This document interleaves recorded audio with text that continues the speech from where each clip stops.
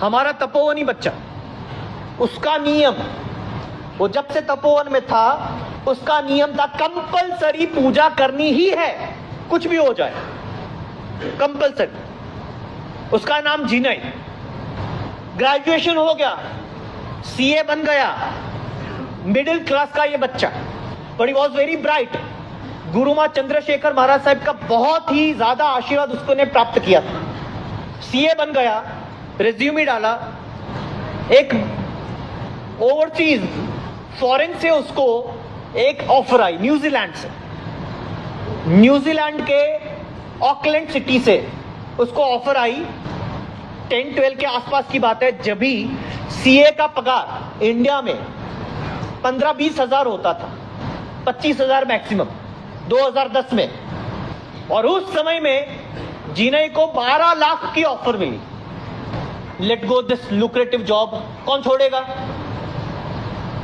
लेकिन जिनय ने ना बोल दिया, क्योंकि उसने इंक्वायरी कराई तो पता चला कि न्यूजीलैंड के अंदर, पूरे न्यूजीलैंड में कहीं पर भी देरासर ही नहीं है। अब देरासर नहीं हो, भगवान नहीं हो, पूजा नहीं होगी तो मैं करूंगा क्या? और उसने जॉब की ऑफर ठुकराई। लेकिन पूरे फैमिली में और फ्रेंड्स में और सब में धमाल हो गई, सब लोग पागल उसके पीछे पड़े। अरे लल्लू पागल जैसा है तू, इतना अच्छी जॉब की ऑफर है, 12 लाख मिल रहे हैं, तो खाली एक पूजा के लिए 12 लाख की ऑफर छोड़ रहा है, पागल। पूजा वापस कर लेना, इंडिया में आना हर साल, एक दिवाली पे आ जाना, पूजा कर लेना भर भर के। जिन्हें ने, उसका रूल था, उसका नियम था, श्रावक हूं मैं, श्रावक। एक सीए बाद में हूं, किसी कंपनी का एम्प्लॉय बाद में बनूंगा, लेकिन पहले क्या हूं मैं? एक जैन श्रावक। और मेरा सैद्धांतिक नियम है कि मैं पूजा के बिना तो नहीं रह सकता। सबने बहुत ही उसको फोर्स किया। मम्मी डैडी में थोड़ी इमोशनल ब्लैकमेल, मतलब बेटा ऐसा अभी जॉब ना छोड़ा है, गुजराती थे वो लोग। बहुत प्रेशर आने से फिर उसने आचार्य हंस कीर्ति सूरी महाराज साहब को पूछा, साहब क्या करूं मैं? हंस कीर्ति सूरी महाराज साहब ने उसको भेजा गच्छाधिपति जयघोष सूरी महाराज साहब के पास। जयघोष सूरी महाराज साहब ने जिनय को ये मार्ग बताया, बेटा तू खुद यहां से अंजन शलाका वाले भगवान ले जा करके, अंजन विधान वाले भगवान लेकर जा, और वहां पर घर देरासर की प्रतिष्ठा करके पूजा कर सकता है। और नक्की हो गया। तपोवन से ही एक महावीर स्वामी भगवान की प्रतिमा छोटी सी लेकर न्यूजीलैंड जाना, ये नक्की हो गया, तय हो गया। तो अब लोग और ज्यादा चढ़ने लगे, अरे भगवान ने की कर हाथ मिला, भगवान ने संभाली के भी इतना, कैसे संभालोगे भगवान को? लोग बोलते हैं ना, घर देरासर का या फिर कोई प्रोग्राम हो घर में, तो भगवान कैसे संभालेगा? जिनय सबको बोलता था, मैं भगवान को संभालने वाला कौन? भगवान मुझे संभालेंगे। बहुत सबने मना किया, ये किया वो किया, लेकिन गच्छाधिपति के आशीर्वाद से एक भगवान प्राप्त करके वो लेके गया न्यूजीलैंड।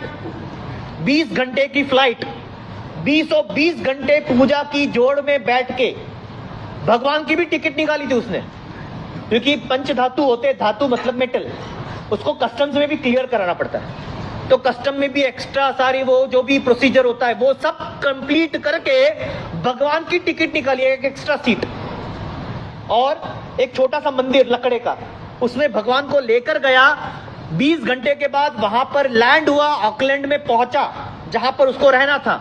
एक पटेल के घर पे वो पीजी रहा, पेइंग गेस्ट, इंडियन के घर पे एक छोटी सी रूम दी उन्होंने, और वो पीजी में परमात्मा को वहां पर विराजमान करके बाद में उसने खाया। शुभ मुहूर्त पे प्रतिष्ठा कर ली, जैसे गच्छाधिपति ने मुहूर्त दिया था, प्रतिष्ठा बता दिया था कैसे प्रतिष्ठा करनी है, और प्रतिष्ठा का विधान हो गया। रेगुलर उसकी अष्टप्रकारी पूजा भी चालू हो गई। एक भी दिन उसने पूजा मिस नहीं की न्यूजीलैंड में जाके भी, नॉट अ सिंगल डे। आपकी तो लोनावाला जाए तो भी मिस हो जाती है, अरे कोंडवा से खाली सीगोल रोड जाए तो भी मिस हो जाती है। मामा के घर गया था, लल्लू मामा के घर के पास देरासर नहीं है क्या? और जिनके प्रिंसिपल्स नहीं होते, जिनके सिद्धांत नहीं होते, जिनके रूल्स नहीं होते, उसकी सोसाइटी में कोई वैल्यू बनती नहीं। जिनय रोज पूजा करता था, वो उनको पता चला, घर मालिक को, जो पटेल थे, उन्होंने दूसरे लोगों को बताया, दूसरे जो इंडियंस थे, जैन थे, उनको बताया कि कोई बच्चा आया है तुम्हारा, मतलब कोई युवान आया है, और वो रोज भगवान की पूजा करता है, एक एक घंटा करता है। पता चला कि घर देरासर की प्रतिष्ठा की है। तो जैन लोग जितने थे न्यूजीलैंड में, वो लोग भी दर्शन करने आने लगे। वीकेंड में ज्यादा लोग आने लगे, एवरी डे 10-15 लोग, और वीकेंड में 30-35 लोग दर्शन करने आ रहे थे। उसमें से 10-15 लोगों ने पूजा भी चालू कर दी। न्यूजीलैंड में जाके उसने लोगों को पूजा चालू करवाई। ये एक तपोनी बच्चे की ताकत होती है। वहीं पर न्यूजीलैंड के एक बड़े इंडस्ट्रियलिस्ट को समाचार मिले कि यहां पर एक बच्चे ने जैन देरासर, घर देरासर बनाया है, तो वो लोग भी दर्शन करने आए। वो फैमिली वाले, वो इंडस्ट्रियलिस्ट, बहुत बड़ा बिजनेसमैन, जो 3 पीढ़ी से, 3 जनरेशन से वहां पे थे, तो जैनिज्म का बहुत जानते नहीं थे। देरासर नहीं था, कुछ नहीं था, खाली वो इतना जानता था कि हम लोग जैन है ओरिजिनल। वो दर्शन करने आया। वो कभी कभी इंडिया भी आता था। इंडिया में उसने पालीताना, शंकेश्वर वगैरह यात्रा भी की थी। तब मंदिर मतलब इनके मन में क्या होता है, मंदिर मतलब कुछ बड़ा होता है। यहां आके देखा तो एक लकड़े के अंदर, लकड़े के मंदिर में पर्दा करके भगवान को रखा था। तो हाउ इज दिस टेंपल, उसे बताया, समझाया। जीने ने इसको घर देरासर बोलते हैं, और ये मैंने प्रतिष्ठा की हुई है, अंजन शलाका भी हुए हैं। लेकिन भाई यार इतना छोटा क्यों, बड़ा होना चाहिए ना। जीने ने बताया, this is what I can afford, this is what I can afford. मैं मेरे शक्ति मुताबिक भक्ति कर रहा हूं, और बाकी सारी आशातनाओं का त्याग हो उसका भी ध्यान रखता हूं। और जिसके घर में भगवान हो उसके घर में कोई आशातना नहीं होती है। वो इंडस्ट्रियलिस्ट बोलते एक काम कर, मेरे यहां पे चल।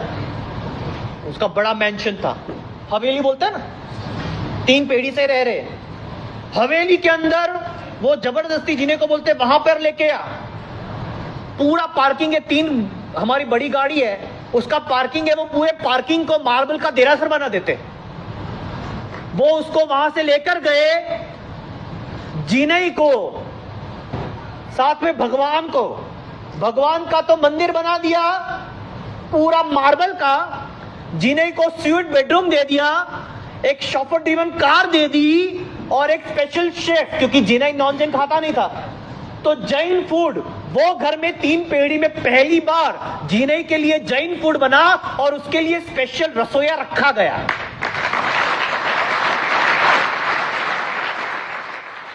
वो इंडस्ट्रियलिस्ट ने ऑफर दी। ये रूल्स को फॉलो करने वाले की ये फितरत होती है, वो दुनिया हिला देते हैं। उसने ऑफर दी, तेरे को यहां पे 12 लाख देते, मैं 25 लाख देने तैयार हूं। 2010-11 में 25 लाख देता हूं, मेरे यहां पे आ जा। लेकिन जिनई तो सिद्धांतिक बंदा था। उसने बताया कंपनी के साथ 2 साल का कॉन्ट्रैक्ट है, मैं कॉन्ट्रैक्ट तोड़ नहीं सकता, 2 साल खत्म होने दो, बाद में बताता हूं। और 2 साल के बाद उनके यहां पे ज्वाइन हुआ, 25 लाख के पगार से ज्वाइन हुआ।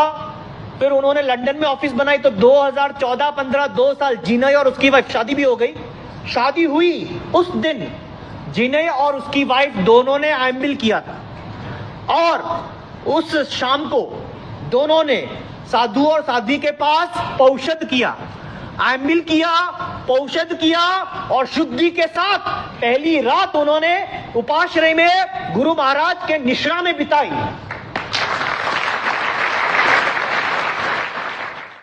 दोनों पति पत्नी लंदन में रहे। ये न्यूजीलैंड वाले जो सेठ थे, उनकी एक कंपनी फ्रेंचाइजी बनी लंदन में, और लंदन जाते पहले हम लोग तपोवन में थे 2014 में। तभी वो आशीर्वाद लेने आया था कि साहब हम तपोवन जा रहे हैं। हंस कीर्ति महाराज साहब भी वहीं पे थे, वो आशीर्वाद लेने आया। 2 साल लंदन में रहा। लेकिन न्यूजीलैंड के लोगों को जीने के बिना पसंद नहीं आ रहा था। वापस जिनई को न्यूजीलैंड बुलाया गया, लंदन में किसी और को पोस्टिंग करा दी। जिनई को आज न्यूजीलैंड में लोग जिनई गुरुजी नाम से पहचानते हैं।